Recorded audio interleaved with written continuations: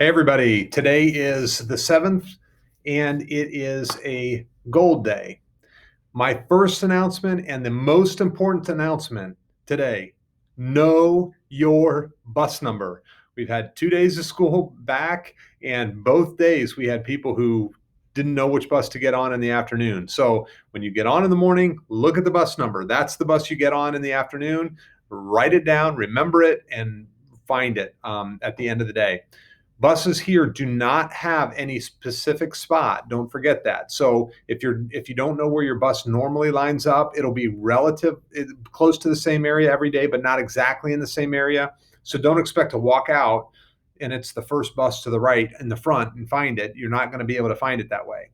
If you don't see your bus in the same spot, go all the way up to the front of the line and look at all of the buses until you find yours. Don't start at the back, because by the time you get up to the front of the line, they might be pulling away. So start at the front and work towards the back until you find it. Know your bus. Basketball update. We are playing basketball again. It's really exciting. We had our first games against Reynoldsburg last night. Well, actually Tuesday night. Thursday night is the next time we play. But the 7th and 8th grade girls lost to Reynoldsburg. The 8th grade boys lost to Reynoldsburg, but the 7th grade boys beat Reynoldsburg. So I know we can't all get to the games because we limit the number of fans in the stands, but the cheerleaders performed, and it was great atmosphere to have all the kids in the gym again playing basketball. So good luck on Thursday. Good luck tonight. There is a spring sports interest survey. That's easy for me to say.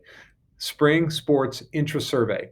I've attached a link right below this link on the announcements. So make sure you look at that. I emailed it to your parents directly. If you're interested in a spring sport, track, softball, there's club baseball, I think, lacrosse for boys and girls. So there's a lot of stuff on there. If you're interested in any of those things, make sure you click on the link, fill it out, have your parents fill it out for you. You can do that too. And then there's some other information about sports, and making sure you have all the other forms that you need as well. So take a look at those links right below this. This day in history. This is kind of an interesting one. Marian Anderson is the name of a singer. And in 1955, January 7th, she became the first African American to perform at the Met Opera. Now, you might think, well, what's the big deal? A singer at the Met Opera. But that is a huge deal. She was the first African American who performed there. But her story is kind of unique. She had this amazing voice. Everybody who heard her just loved her voice. But she wasn't allowed to perform in the United States in a lot of venues, and she was held back because prominent places didn't book her because she was an African American. So it's a sad story but one that she showed a lot of persistence and really changed some things in the United States in her time. She actually was first noticed by her aunt, who convinced her to join a church choir, and they put on professional shows. She spent her early career in the eastern United States and was always successful, but consistently thwarted from mainstream stardom by racism, by segregation. And she actually decided, you know what, I'm done with this for a while. And she went to Europe to continue her career. She was a sensation. Actually, she was in Scandinavia in particular. She was a sensation there in Europe. And they major composers and conductor praised her as a singular vocal talent. They loved her voice, and she was very popular in Europe at the time. When she came back to the United States, she performed regularly again, but continued to be denied bookings, hotel rooms, and other basic opportunities that are afforded to white performers of her time.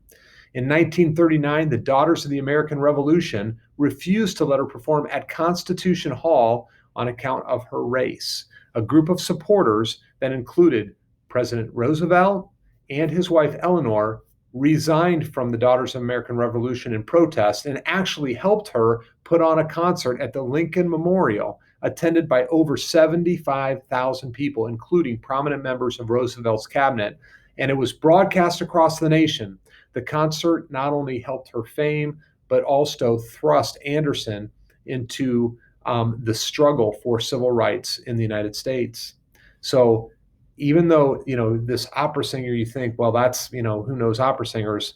This was a very prominent person who really helped break some color barriers down and racism down in the United States. Her debut at the Met, the Metropolitan Opera in New York City, was a major moment in the history of integration of the arts, and the New York Times reported that Anderson's performance left many audience members in tears. Clearly, she had a powerful voice. She would go on to perform at the inauguration of Presidents Dwight Eisenhower and John F. Kennedy, and in 1965, she retired following a farewell tour that began at Constitution Hall, where she had once been barred for performing, and ended at Carnegie Hall, and she died in 1993. So many thanks to Marian Anderson for helping end some racism in America. That's all I've got. Take care. We'll see you tomorrow.